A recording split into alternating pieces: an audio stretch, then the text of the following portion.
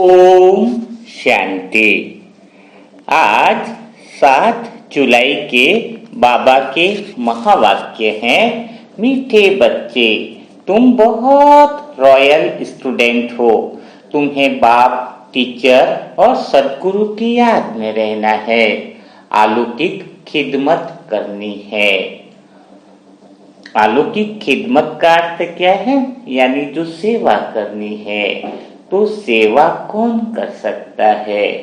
जो आत्माएं यानी यह अनुभव करे कि मैं आत्मा तो शांति में बैठी हूँ, पूरा दिन विश्राम में ही रहती है, वह वास्तव में सेवा नहीं कर सकती है, क्योंकि वह विश्राम का अर्थ, शांति का अर्थ समझ ही नहीं पाई है। शांति का अर्थ क्या है? आत्मा अपने केंद्र बिंदु में जितना रहती है, आत्मा जितना सेंटर पॉइंट में रहती है, जितना गहरे विश्राम में रहती है, उतना शरीर के द्वारा ज्यादा काम करती है, ज्यादा मेहनत करती है। दादियाँ पूरा दिन सेवा करती थी ना, इधर काम है, उधर जाना है, इधर जाना है, तो वह काम करती थी। सेवा शरीर के द्वारा पूरा दिन मेहनत करती थी, लेकिन जितनी ज्यादा मेहनत बाहर से थी, उतना ही उनकी आत्मा के अंदर विश्राम की अवस्था थी। यानी रिजल्ट क्या निकलता है?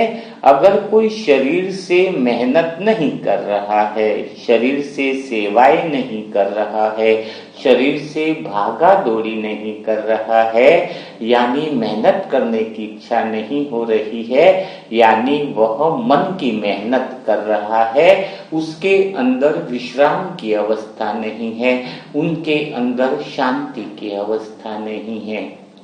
जब मन शांत रहता है, आत्मा के सेंटर पॉइंट में हम रहते हैं, केंद्र बिंदु में हम रहते हैं, तो उतना ही हमारी शरीर के द्वारा सेवा करने का और मन रहता है, एनर्जेटिक रहते हैं। एक अनुभव मुझे याद आता है कि गोपी बहन जब जानकी दादी के साथ नीचे शांतिवन से पांडव भवन गई, तो वहां पर फंक्शन अटेंड किया, क्लास कराई, फिर नीचे आई। ऐसे करीबन दिन भर में 4 से 5 राउंड हो गए। तब गोपी बहन का अनुभव जो उन्होंने अपने बताया, उसके द्वारा मैं बता रहा हूँ। तो जब बार बार इतनी ऊंचाई से, पांडव भवन से इतने ऊंचे घाट से गाड़ी नीचे आना, वापिस जाना, तो गोपी बहन को 2-4 बार फीलिंग आई कि वॉमिटिंग हो रही है, थोड़ी घबराहट हो रही है, चेहरे पे असहजता दिखती है, क्योंकि उतनी ऊंचाई पे जाना फिर आना। लेकिन जानकी दादी को जब पास में बैठे हुए देखा, तो बिल्कुल सहज अवस्था में, बिल्कुल आनंद और मौन की अवस्था के अंदर, बिल्कुल फ्रेशनेस की अवस्था के अंदर। तो गोपी बहन ने उनको पूछा कि आपसे तो मैं जवान हूँ, लेकिन फिर भी मुझे यह घबराहट, ये सारी चीजें क्यों होती है? तो जानकी दादी ने इसका जवाब दिया, व्यर्थता के कारण।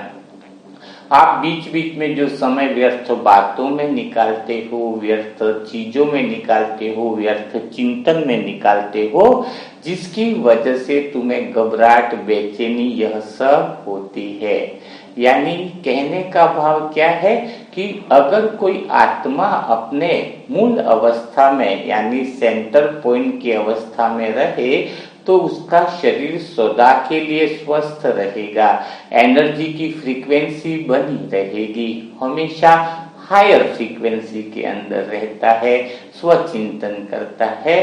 तो हमें क्या देखना होगा? हमें चेक करना होगा कि अगर हम सेंटर पॉइंट में है, जैसे पहिया घूम रहा है, तो पहिया का सेंटर पॉइंट एक ही जगह रहता है, चाहे पहिया कितना भी स्पीड से घूमे। तो परिवर्तन बाहर जो पहिया घूम रहा है, वह जगह अपनी बदलता जा रहा है। मन के अंदर बाहर विचार बहुत सारे आ रहे हैं, जा रहे हैं, लेकिन सेंटर में आत्मा वहीं पर है। तो हम सेंटर में रहे, मन के विचारों के प्रभाव से परे हैं, है ना। आकाश में पंछी है ना, पंछी आ रहे हैं, जा रहे हैं, तो विचार भी आ रहे हैं, जा रहे हैं, कोई पंछी रुक तो नहीं रहा है न कि यहाँ पे रुक गया है, नहीं ना। और पंछी आकाश को भी प्रभावित नहीं कर रहा है, तो विचार भी आकाश को प्रभावित नहीं कर सकते हैं। आकाश की तरफ हम आत्मा सेंटर पॉइंट में है और चारों तरफ मन के अंदर चाहे कितनी भी उथल पुथल हो, कितना भी हो, बाहर जो चल रहा है उसका प्रभाव सेंटर पर नहीं पड़े। हम आत्मा सेंटर में रहे, शांति की अवस्था में जितना रहेंगे तो हम अलौकिक खिदमत यानी सेवा कर सकते हैं, जो बाबा की आज की पॉइंट है। और ऐसे बच्चे ही बाबा क्या कहते हैं, रॉयल स्टूडेंट है। अब प्रश्न यह उठता है कि हम सेंटर पॉइंट में रहे कैसे, आत्मिक स्थिति में हम रहे कैसे। तो आत्मिक स्थिति में वही आत्मा रह सकती है जो एक नियमित जीवन जीती है, यानी जो पहला काम होगा अपने अंदर कमिटमेंट हो। कमिटमेंट किस बात का हो कि जो दिनचर्या उसने बनाई है, परमात्मा ने श्रीमद् प्रमाण, उसके प्रति जो आत्मा कमिटमेंट है, कमिटेड है, वह आत्मा बिल्कुल सेंटर पॉइंट में रहेगी। पहला गुण कमिटमेंट का क्या है, जैसे अमृत वेला है तो अमृत वेला उठना ही है, उठना ही है। शादियां आ जाए, घर में फंक्शन आ जाए, कुछ भी हो जाए, लेकिन अमृत वेला मिस नहीं होना चाहिए, है ना। आपने देखा होगा मम्मा एक बार 12 बजे सोई क्योंकि बहुत बड़े वीआईपी आए थे, लेकिन मम्मा तो 2 बजे उठ जाती थी। अपन तो अमृत वेला में कई लोग 3 बजे उठते हैं, 4 बजे उठते हैं।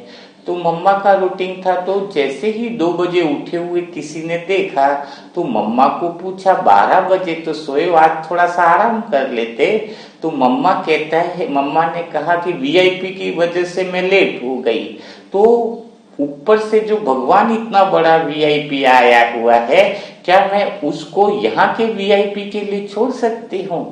तो यह भाव देखो, तो सबसे पहले आत्मा को सेंटर पॉइंट में रखना है। तो सबसे पहली बात है कमिटमेंट। अपने आप से कमिटमेंट करो कि कुछ भी हो जाए, मैं अपना भगवान से मिलने का जो समय मुकर्रर किया हुआ है, खाना नहीं छोड़ते आप, है खाना खाओगे ही खाओगे। कहीं संडे का प्लानिंग बनाओगे कि डांस पार्टी में जाना है, फंक्शन में जाना है, पिकनिक में जाना है, हर चीज का टाइम बना रखा है। तो एक टाइम भगवान को याद करने का भी फिक्स तो होना ही चाहिए।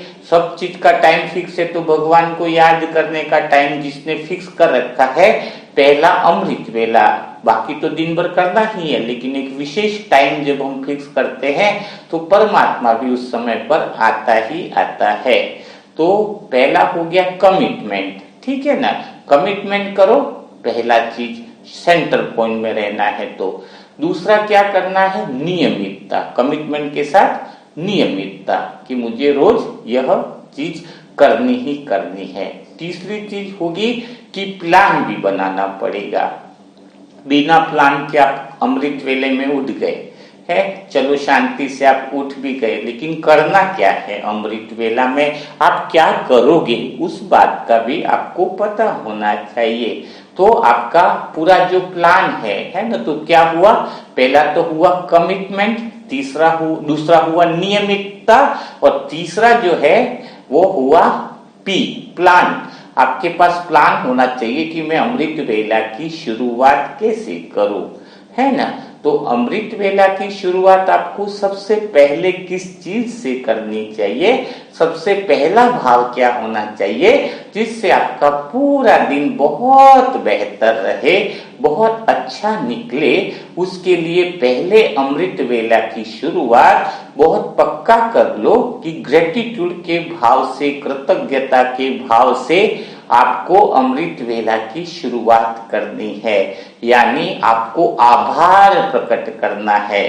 क्या प्रकट करना है, आभार प्रकट करना है।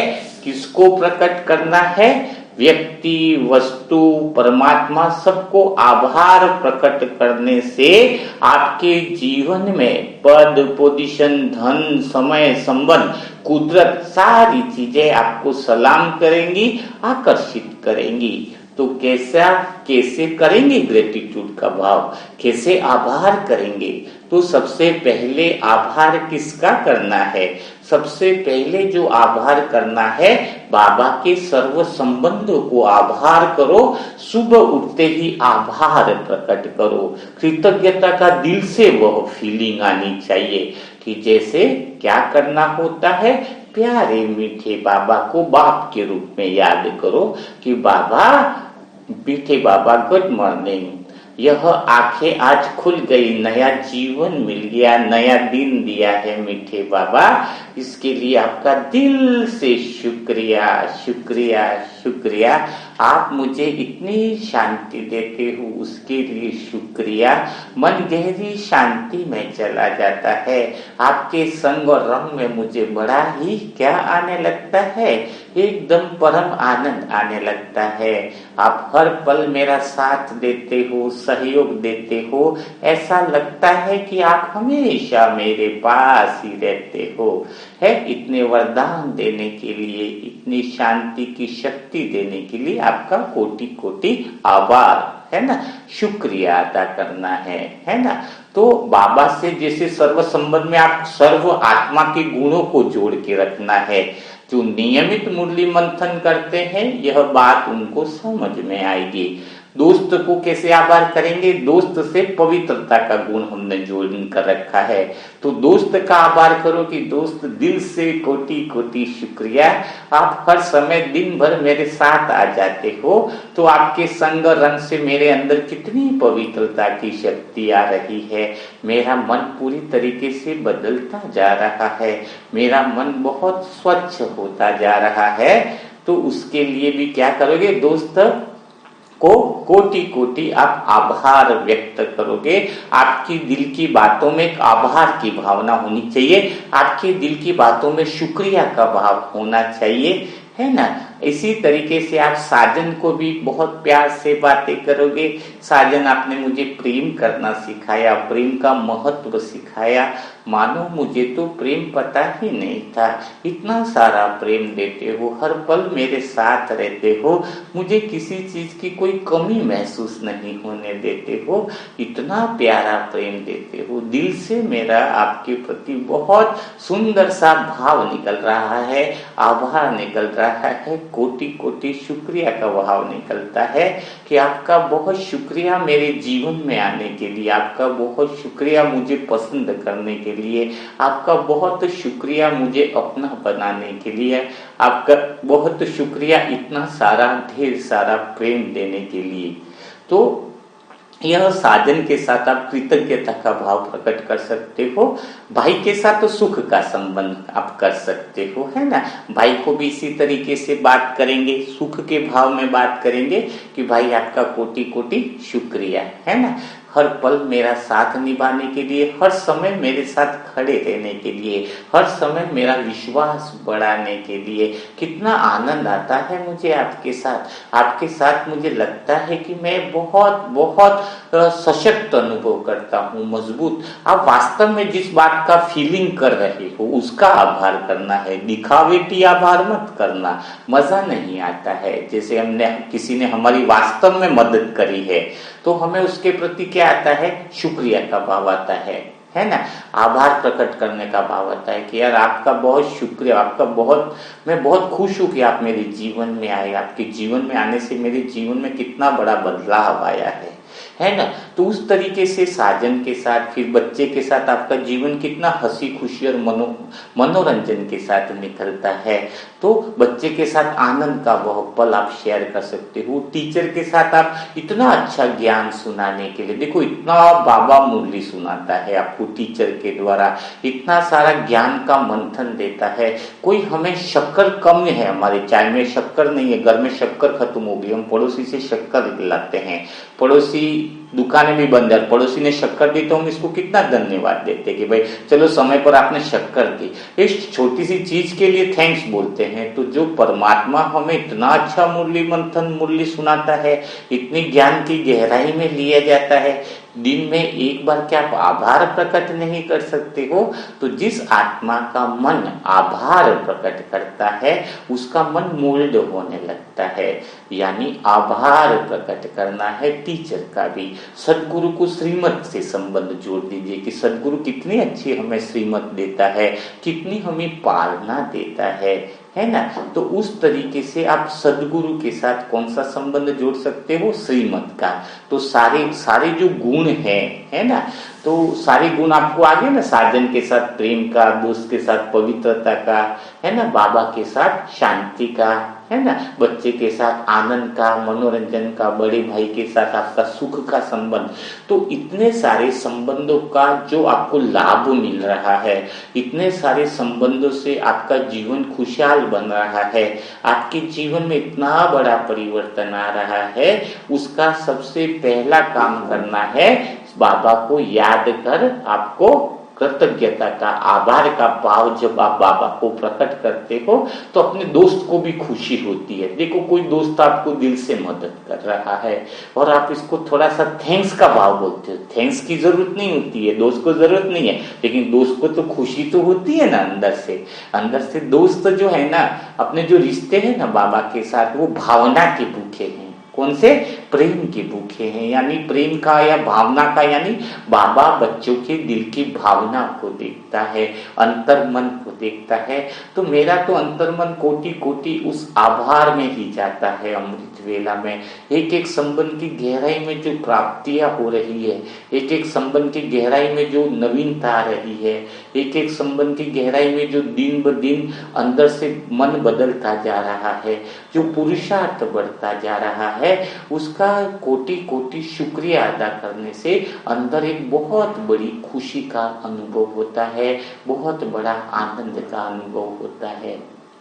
तो यहाँ पर हो गई हमारी शुरुआत अमृत वेला में, जिससे हमारा मन बहुत अच्छे से, आत्मा है वह सेंटर पॉइंट में रहेगी, गहरी एकदम विश्राम की अवस्था में रहेगी। पूरा दिन आपका आनंद के साथ निकलने वाला है, क्योंकि आपने भगवान को कृतज्ञता के भाव से, आभार के भाव से भगवान को आपने दिल से आभार करने से पूरा दिन सर्व संबंधों की आपको मदद मिलने वाली है। किसी दोस्त को आप आभार करोगे तो दूसरी बार भी मदद के लिए तैयार होगा ना।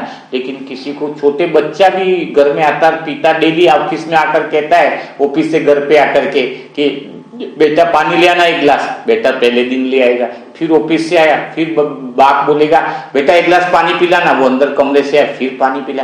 तीसरे दिन बेटे के अंदर भाव आएगा, ये बाप है कि क्या है, रोज पानी मंगवाता रहता है मेरे से। और वहीं पर वही पिता अगर जैसे ही बच्चा पानी लाए और बच्चे को क्या बोलेगा पिता, थैंक यू बेटा, तो थैंक यू बोला, आभार प्रकट किया, तो उस बच्चे को पूरी जिंदगी भी आपकी सेवा करने के अंदर हिचकिचाहट नहीं होगी, है ना। तो आपको क्या करना है, दूसरे पल में आपको व्यक्तियों का आभार प्रकट करना है और वस्तुओं का आभार प्रकट करना है ना।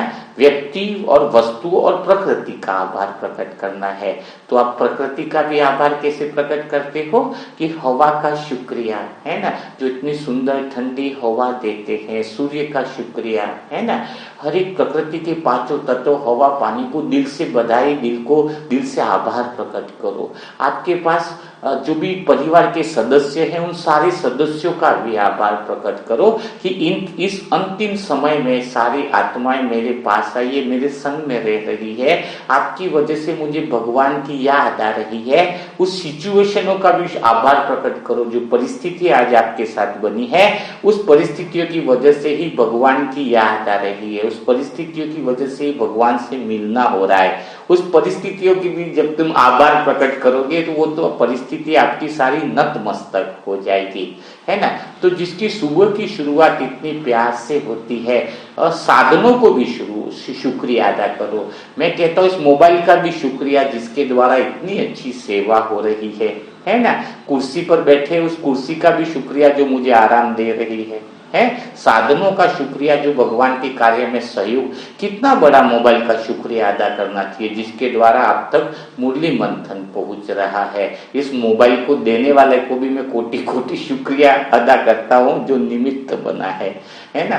तो यह आभार का जो भाव है, अंदर देने का जो भाव है, निस्वार्थ तरीके से जो आप के अंदर जब सुबह की शुरुआत इस तरीके से होगी तो क्या होगा, आपको बहुत बड़ा गहरा आनंद आएगा और पूरे दिन जो है वह आत्मा जो है वह सेंटर पॉइंट में रहने में उसको क्या होगी, आसानी होगी। तो यह पूरा दिन आपको करना है, सुबह से शुरुआत आपको करनी है। इसके बाद आपको करना है ग्रेटिट्यूड के भाव के बाद आपका होना क्या चाहिए है। तो आपका एस यानी आपको एफर्मेशन यानी सेल्फ टॉकिंग करनी है। सुबह अमृत वेला में अपने ग्रेटिट्यूड के भाव के बाद आपको क्या करना है, खुद के लिए स्वयं के लिए बात करनी है ना। स्वयं से क्या बातें करनी है कि स्वयं से बात सबसे पहली टॉकिंग आपकी होनी चाहिए कि मेरा आत्मविश्वास बहुत बढ़ता जा रहा है, मैं खास हूं बिंदास हूं मैं खास हूं बिंदास हूं, मेरा आत्मविश्वास निरंतर बढ़ता जा रहा है, बहुत पावरफुल होता जा रहा है। तो कोई भी काम करने के लिए आपको विश्वास की जरूरत होती है।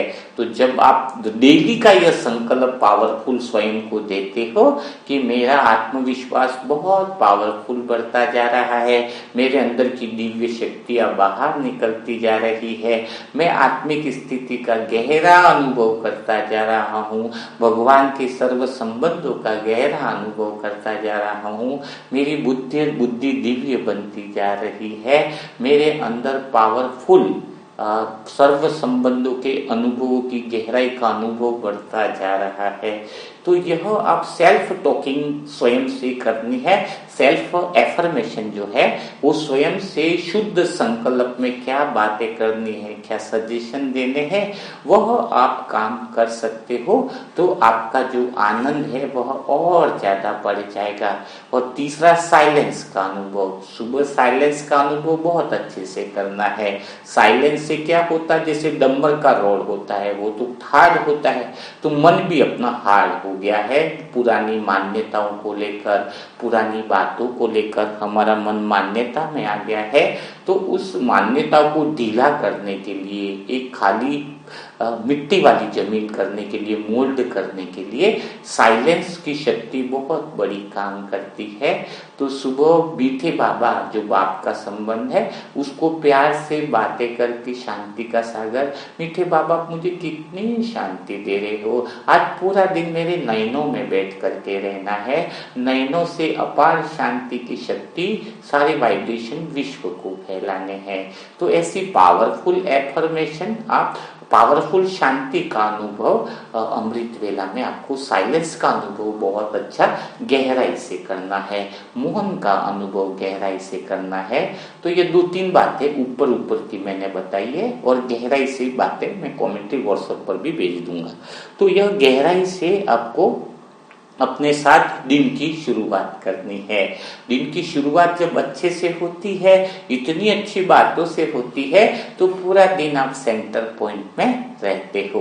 दूसरा काम क्या करना है जिससे आप सेंटर पॉइंट में रह सकते हो, तो दूसरा जो काम है वह है आपको शरीर से सेवाएं करानी है। आज बाबा ने कहा ना कि खिदमत करनी है, तो चलो आत्मा तो विश्राम में है, लेकिन शरीर से काम करवाने के लिए शरीर भी तो तंदुरुस्त होना चाहिए ना, शरीर का स्वास्थ्य भी तो बढ़िया होना चाहिए ना। तो शरीर का स्वास्थ्य कैसे बढ़िया रहेगा, शरीर बहुत एनर्जेटिक कैसे रहेगा, तो शरीर के लिए आपको 2-3 बातें, आपके शरीर की जो शत्रु हैं उस बातों का अटेंशन आपको होना ही चाहिए। आपके शरीर का मैग्नेटिक फील्ड, जो इलेक्ट्रिक फील्ड कहेंगे, मैग्नेटिक फील्ड जो कहेंगे, वो बहुत ज्यादा ऊंचा होना चाहिए। तो सबसे पहले आपको इस बात का ध्यान रखना है कि आपको शरीर के इस दवाइयों से बहुत ज़्यादा बचना है, क्योंकि ये गोलियां, ये जो वैक्सीन वगैरह भी कोविड में लगाई गई थी, उसको भी 50% चांसेस है कार्डियक अरेस्ट, कार्डियक अटैक आने के, है ना। तो दिल का जिसको हम कहते हैं, जैसे आज हम बीपी की गोली लेते हैं, तो गोली क्या करती है, उस समय बीपी को जो है वो कम करती है, ब्लड प्रेशर को, लेकिन कम करने का अर्थ क्या है, अपना हार्ट खून को फेंकता है। तो जब ज्यादा प्रेशर से फेंकता है तो बीपी बोलते हैं।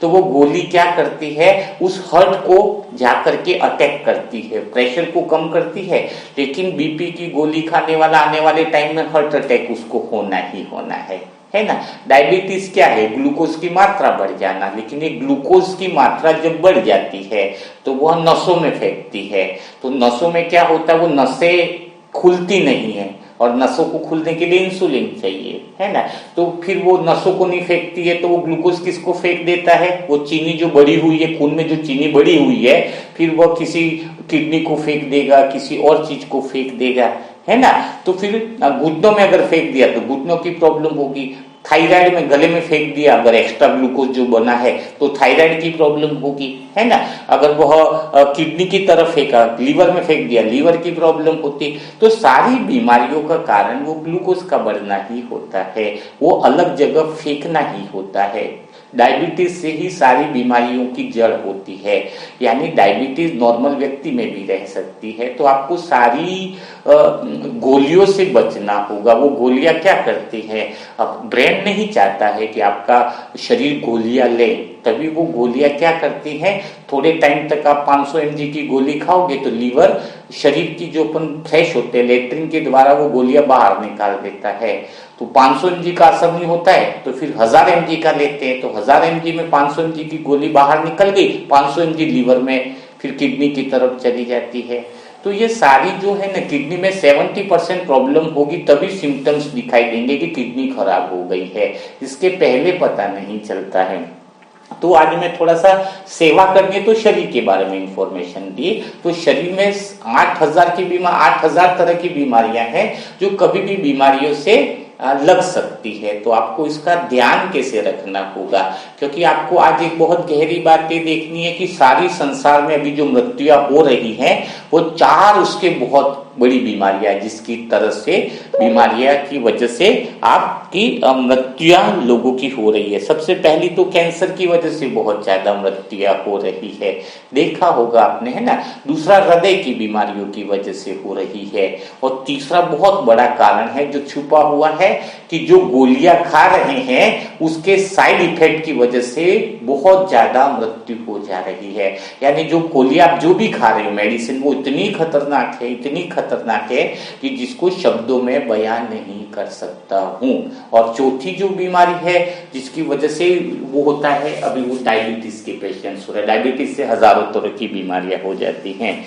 तो अब प्रश्न यह उठता है कि इतनी सारी गोलियां खा रहे हैं तो उससे मुक्त कैसे हो, या फिर जो गोलियां नहीं खा रहे वो आने वाले समय में बीमारियों से मुक्त कैसे रहे, है ना। तो वह शरीर की सेवा, अगर तुम्हारा शरीर ठीक रहेगा तो आत्मा सेंटर पॉइंट में रहेगी। तो सबसे पहला जो 2 काम करने हैं जिससे आपका शरीर बहुत बढ़िया रहे, आपका शरीर अच्छे से काम करे, आपका शरीर तंदुरुस्त रहे, उसके लिए सबसे पहला अटेंशन देना है आपको, नहीं तो बहुत बड़ी दिक्कत आ जाएगी। आजकल जंक फूड बहुत ज्यादा आ रहे हैं, चावल और गेहूं नेचुरल तरीके से नहीं, विष के बीज बन रहे हैं, इसलिए मैं चावल और गेहूं को तो बिल्कुल छोड़ ही चुका हूं, है ना। खुद की बात, मैं जवारी की रोटी खाता हूँ, बाजरे की रोटी खाता हूँ, शक्कर तो बिल्कुल बंद ही कर दो, क्योंकि शक्कर में इतने केमिकल के साथ वो शक्कर बनाई जा रही है कि आने वाले टाइम में आज सबसे ज्यादा पेशेंट जो हैं वो डायबिटीज तो सबके अंदर है एक्चुअली, ऐसा मत सोचो जो डायबिटीज का पेशेंट है उसी को डायबिटीज है।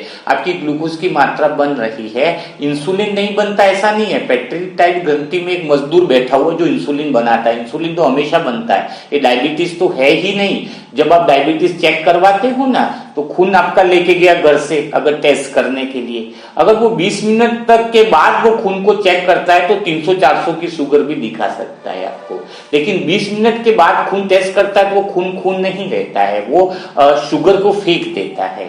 तो वो भी ओरिजिनल टेस्ट नहीं हुआ, उसका पूरा मैं अलग सेशन कराऊंगा आप लोगों को स्वस्थ रहने का। तो गोलियां बिल्कुल आप क्या करो, बंद करो, और उसके लिए अच्छी से अच्छी डाइट को आपको पहले फॉलो करना चाहिए, है ना। तो मैं फल फ्रूट का बहुत अच्छे से सेवन कर लेता हूँ, संतरे खाओ, आलू बुखारा है ना, आप एप्पल है वो बहुत अच्छे से आपको खाना होगा। सब्जियां, हरी सब्जियां वगैरह आपको खानी है, और तली हुई चीजें तो दुश्मन है, गोली मार दो उसको, बिल्कुल बंद, एक थोड़ी सी भी नहीं खानी है, मतलब थोड़ी सी भी नहीं तो थोड़ी सी भी नहीं, क्योंकि समय भी बड़ा खतरनाक है, शरीर का हिसाब किताब बहुत तगड़ा है। तो पहला काम तो आपको गोलियों को बंद आप कर सकते हो एक एनर्जी के साथ, वो एनर्जी मैं भी आपको बताना चाह रहा हूँ। आप कैंसर कोई बीमारी है ही नहीं, मैं कहता हूँ सब लोग ठीक हो सकते हो। तो आप लोग ठीक होना चाहते हो तो सबसे पहले वो एनर्जी को आप अच्छा बिना चप्पल के अगर आप चलोगे हरी घास में और आप मिट्टी में पाँव रख करके चलते हो, पाँव भी मिट्टी में रखते हो, तो पृथ्वी की इतनी मैग्नेटिक एनर्जी है कि आपके शरीर की बीमारियों को भी खत्म कर सकती है। तो बिना पाँव के, बिना चप्पलों के चलने से बहुत बड़ा फायदा है। आपने देखा होगा कि जो जानवर देखो बिना चप्पल से ही चलते तभी इतना फिट रहते हैं, है ना। ये प्रैक्टिकल है, इसका लंबा सेशन होगा, लेकिन मैं थोड़ा सा हिंट्स दे रहा हूं कि आप धरती पर जो है वो पूरा मैग्नेटिक फील्ड आपका बन जाता है, जो खून के रोटेशन को बहुत अच्छे से मैनेज करता है, बहुत पावरफुल तरीके से मैनेज करता है। तो इस नेचर से वो शक्ति आप ले सकते हो बिना, लेकिन घास में देखना है कि बारिश का टाइम है तो कोई दिक्कत ना हो, घास पर बैठना, है ना, ये सारी चीजें आपको बिना चप्पल से आप थोड़ा सा 20 मिनट आधा घंटा चल के जरूर यह काम आपको करना चाहिए। तो अब हम बात कर रहे हैं कि आत्मा को शांति की अवस्था में लाने के लिए शरीर को कैसे बढ़िया रखें, क्योंकि जब शरीर में खून में ग्लूकोज ज्यादा बढ़ा है, घुटनों में फेंका तो घुटनों की बीमारी होती है, पाँव में फेंका तो पाँव की, आंखों के पीछे फेंका तो आंखों की प्रॉब्लम होती है। तो इस शरीर की बीमारी को ग्लूकोज और सारी जो चीजें हैं, सारी बीमारी की जो एक जड़ है, जो एनर्जी और फ्रीक्वेंसी की जहां बात हम कर रहे हैं, तो वह हम कैसे मैनेज कर सकते हैं, हम गोलियों से कैसे दूर रह सकते हैं। तो गोलियों से दूर रहने के लिए गोलियां तो खानी ही नहीं है, तो हम शरीर से सेवाएं कर सकते हैं। तो उसके लिए बहुत पावरफुल एनर्जेटिक आपको मेडिटेशन करना है, और बहुत पावरफुल एनर्जेटिक मेडिटेशन अगर आप करने के लिए तैयार हो तो बिल्कुल शांति से अपनी जगह पर बैठ जाइए। 1 मिनट का हम ब्रेक लेंगे और फिर हम वह मेडिटेशन करना चालू करेंगे। तो 1 मिनट के लिए बिल्कुल फ्रेशनेस की अवस्था में बैठ जाओ। आप सदा के लिए 1 महीना इस तरह का मेडिटेशन करोगे तो कोई भी गोली दवाई आपको लेने की जरूरत नहीं है। शरीर में कोई बीमारी लेकर आप पैदा हुए ही नहीं थे। एक्चुअल में बीमारियां जो बाद में बताई जा रही है वो बीमारी एक्चुअल में आपको है ही नहीं। आप विश्वास कीजिए, आप पूर्णतया ठीक हो सकते हो परमात्मा एनर्जी से और अंदर इलेक्ट्रिक और मैग्नेटिक एनर्जी को डेवलप करके। तो वो एनर्जी कैसे आएगी, वह अभ्यास अभी हम 1 मिनट बाद करेंगे। 1 मिनट का ब्रेक लेते हैं, तब तक आप अपने को पूरी तरीके से तैयार कर लो। कोशिश करो कि आपके कमरे में कोई और व्यक्ति ना हो, कमरे का दरवाजा बंद हो, एक चेयर पर आप बैठे हुए हो। आपका शरीर पूर्णतया ठीक रहने वाला है और आगे भी बीमारियां न हो उसके लिए भी पूर्णतया ठीक रहने वाला है।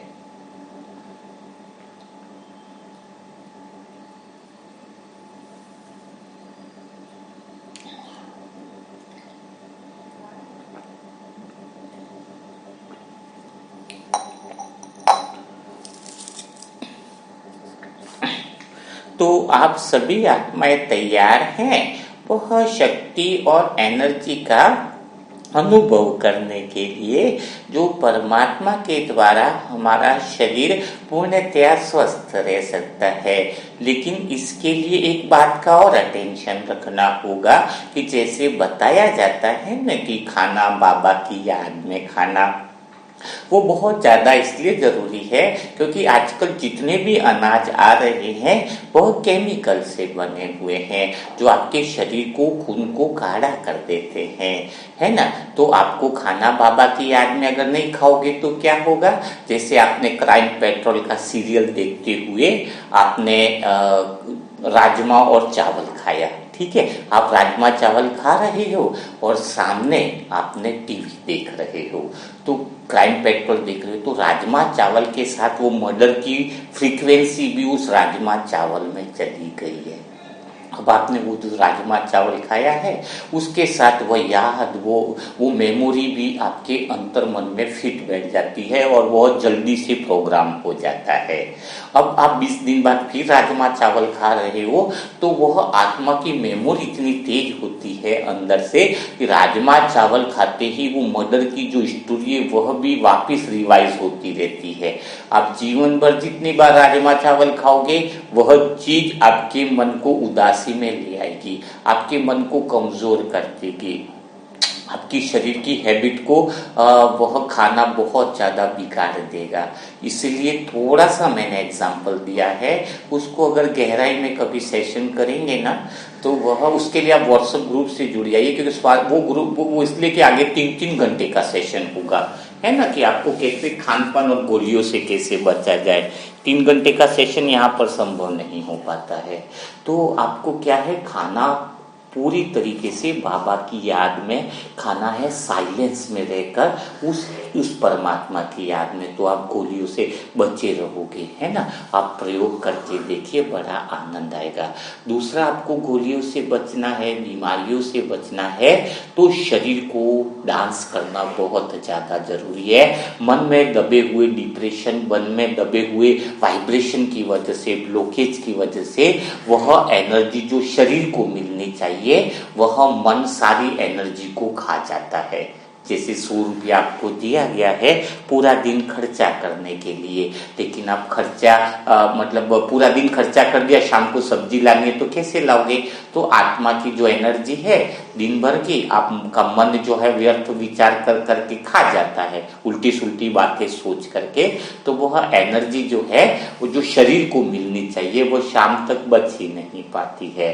तो आपको क्या करना होगा, पूरे एनर्जी पूरी तरीके से एक बार शरीर को मिल जाए, दिन में आधा घंटा 1 घंटा, तो शरीर के सारे अंग आपके सभी तरीके से स्वस्थ तरीके से काम करने लगेंगे। उसके लिए आपको भगवान के साथ रास करना होगा, भगवान के साथ डांस का अनुभव करना होगा, भगवान के साथ नृत्य का अनुभव करना होगा। तो आप खुलकर डांस करना चाहते हो, कोई कुर्सी पर बैठा है तो सूक्ष्म शरीर के द्वारा डांस का अनुभव करे, और कोई चाहता है तो रूम में खोल करके डांस कर सकता है, किसी की परवाह न करे, तो आत्मा की शक्तियां जागृत हो जाएंगी, आत्मा की वह पावर जागृत हो जाएगी, जिसको गोप गोपिकाओं का रास कहते हैं। जो दादियां रास करती थी शुरुआत के अंदर, सब मगन हो जाते थे, वो डांस आत्मा की शक्ति से शरीर की शक्ति को बढ़ा देता था। तो आप लोग तैयार हो, चाहे आप खुलकर डांस करने में ऐसा करें कि जो मन चाहे वो भरपूरता के साथ करे, बस मगन हो जाए, मन न बचे, आत्मा के अनुभव में तुम चले जाओ, आत्मा की गहराई के अनुभव में चले जाओ, मन के अंदर जो छुपे हुए इमोशन, जो ब्लॉकेज है वो आपके निकल जाए, आप उस गहरे से डांस में खो जाओ, तो आपका शरीर में वो एनर्जी आ जाएगी, वो पूरे कोने कोने में मैग्नेटिक फील्ड बन जाएगा, शरीर की सारी नसें, सारा खून को जो इंसुलिन, जो हार्मोन चाहिए वो स्वतः ही मिलने लग जाएंगे। आपका शरीर पूरी तरीके से ठीक ही है, दवाइयों का सहारा लेने की कोई जरूरत नहीं है, वह दवाइयाँ आपको बिगाड़ रही हैं, आपकी किडनी, लीवर सबको खराब कर रही हैं। इसलिए आपको शरीर को ठीक रखने के लिए, शरीर को स्वस्थ रखने के लिए आपको डांस करना ही है, नृत्य करना है भगवान के साथ। भगवान के साथ नृत्य करने के लिए आप सभी आत्माएं तैयार हो जाओ, खुल के डांस करना, लॉजिकल माइंड को बंद कर दो, लोग क्या कहेंगे, दुनिया क्या कहेगी, नहीं, आपको तो उस आत्मा के अनुभव में चले जाना है, उस गहरे अनुभव में आपको चले जाना है जिसकी आपको जरूरत है। इस समय बहुत ज्यादा आपको गहरे अनुभव में रहना रहा है। तो आप बिल्कुल तैयार हो गए हो, बिल्कुल गहराई से तैयार हो गए हो, शांत, आपका मन बिल्कुल गहरी शांति में है, बिल्कुल आनंद के साथ मन आपको देखना चाह रहा है कि आप किस तरीके से उस आनंद में डूबने वाले हो। अब आपका मन आपका साथ देने लग गया है, आपका मन आपका आप पर विश्वास करने लग गया है। आप अपने बड़े से रूम में बैठे हो, बड़े से रूम में तैयार बैठे हो परमात्मा के आह्वान के लिए, और कुछ ही समय में दोस्त साजन सभी आपके इस बड़े से रूम में आ जाते हैं डांस पार्टी का आनंद लेने के लिए। आप बहुत एक्साइटमेंट हो, आपका शरीर का रोम रोम मानो थिरकने के लिए तैयार है। आप अपने साथ ऐसा अनुभव कर रहे हो कि मानो आप गहरे नृत्य में खोने वाले हो, परमात्म प्रेम में आज खोकर गहराई से डांस करने वाले हो, नृत्य करने वाले हो। आपके पांव आज रुकने वाले नहीं हैं, आपके कदम धीरे धीरे उस परमात्मा शिव साजन की तरफ बढ़ रहे हैं, दोस्त की तरफ बढ़ रहे हैं। पूरे सर्व संबंध आपके बड़े से रूम में आ गए हैं, सभी बहुत प्यार से मधुर प्रेम से आपको देख रहे हैं, और एक मधुर संगीत भी बजना चालू हो गया है। आपके कदम धीरे धीरे आपके साजन की तरफ जैसे ही बढ़ रहे हैं, आपकी दिल की धड़कन और तेज होती जा रही है, दिल के अंदर बहुत प्यारी सी हलचल होती जा रही है। स्वयं शिव साजन ने आपका हाथ हाथ में रख दिया है, अब आप उनके साथ धीरे धीरे झूमने लग रहे हो, जैसे सारी दुनिया रुक सी गई है, बस आप है और भगवान है, आप है और मीठा बाबा है। इस नृत्य में हर कदम पर आप महसूस कर रहे हो प्यारा सा भरोसा, अद्भुत सा अपनापन, शिव साजन का अपनापन। बस आप हो, शिव साजन है और कोई नहीं।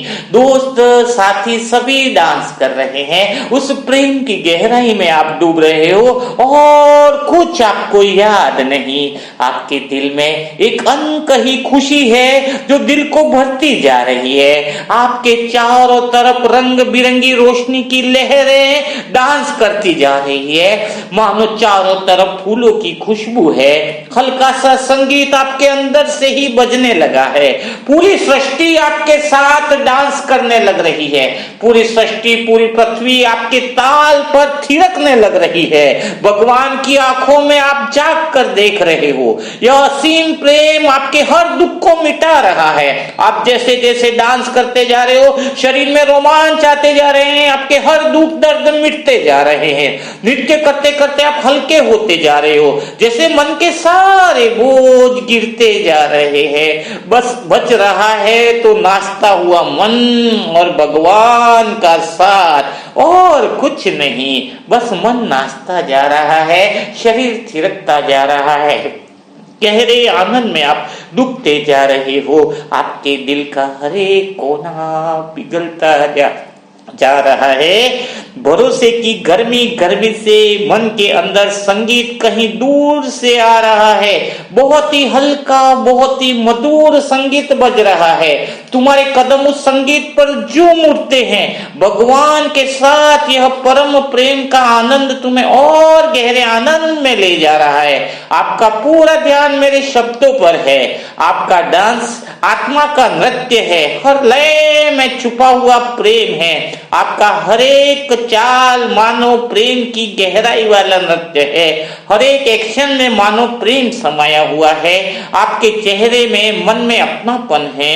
घूमते घूमते, नाचते नाचते तुम बिल्कुल खो गए हो। दुनिया की हर चिंता आपके पीछे छूट गई है। अब आपको न कोई डर है, न कोई दर्द है, बस तुम हो और भगवान का साथ है। चारों तरफ दिव्य रोशनी का घेरा है, पूरी दिव्य रोशनी आप पर, भगवान पर बरस रही है। उस गहरे प्रेम में आप डूबते जा रहे हो, उस नृत्य में आप खो गए हो, आपको अब कुछ याद नहीं है, बस नाचते जा रहे हो, नाचते जा रहे हो। पूरे शरीर में वो एनर्जी, पूरे ब्रह्मांड की एनर्जी आपके मन में आ गई है। मन का कोना कोना संगीत गा रहा है, बाबा मैं तेरा तू मेरा, बाबा तू मेरा तू मेरा मैं तेरा। थोड़ी देर तक तुम झूमते जा रहे हो, मानो परमात्मा ने तुम्हें अपने प्रकाश की रोशनी में ले लिया हो, उस गहरे प्रेम में डूबते जा रहे हो। बस आपका मन आनंद से भरपूर हो गया है, आप नाचते जा रहे हो, नाचते जा रहे हो। शरीर के रोम रोम में आपके प्रेम की फुहार फूट रही है। परमात्मा की मुस्कान से आपको एक अनकही प्रेम का अनुभव हो रहा है। धीरे धीरे आपके अंदर से सारा डर निकल गया है, आपके अंदर बस सिर्फ आनंद ही आनंद बचा है। एक मीठी सी लहर आपके पूरे शरीर में फैलती जा रही है। धीरे धीरे संगीत की हल्की सी धुन आपके मन और अंतर मन तक पहुंच रही है। बहुत कोमल और बहुत मधुर सा एहसास हो रहा है। जैसे जैसे आपके पांव और थिरकते जा रहे हैं, भगवान उस संगीत पर आपके साथ थिरकने लगे हैं। आपके कदम बहुत हल्के हल्के मानो जमीन से ऊपर उड़ रहे हो। आपका दिल हर धड़कन में कह रहा है मैं तुम्हारा हूँ, बस तुम मेरे हो।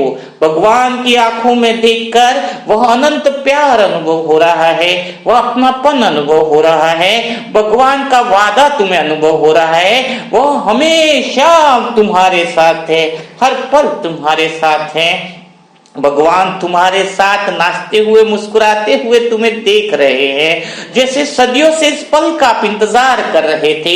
भगवान के साथ डांस करने का यह अनुभव आपका बहुत गहरा होता जा रहा है। उनकी मुस्कुराहट में इतना अपनापन है कि आपका दिल पिघलता जा रहा है।